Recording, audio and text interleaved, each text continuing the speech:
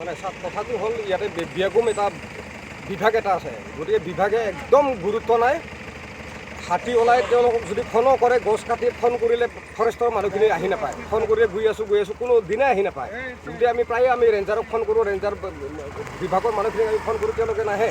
গতিকে আমিও জানো জংঘলত থাকিলে তেওঁলোকে আহিব নালাগে, দৰকাৰো নাই। কিন্তু যেতিয়া গাঁৱৰ মানুহে আহি দৌৰাই ফুৰে হাতী, ইয়াৰ মানুহ দৌৰাই এইখন গাঁৱত যাব, এইখন গাঁৱৰ মানুহ দৌৰাই এইখন গাঁৱত যাব।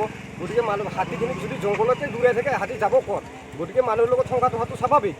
গতিকে সেই হিচাপে তেওঁলোকৰো দায়িত্ব আছে।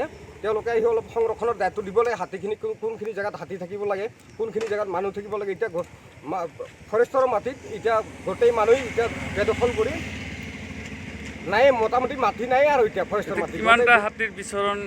মোটামুটি প্ৰায় 30-40টা প্ৰায় থাকে আৰু ইয়াতে। হয়, আজি এটা ভাল পদক্ষেপ লৈ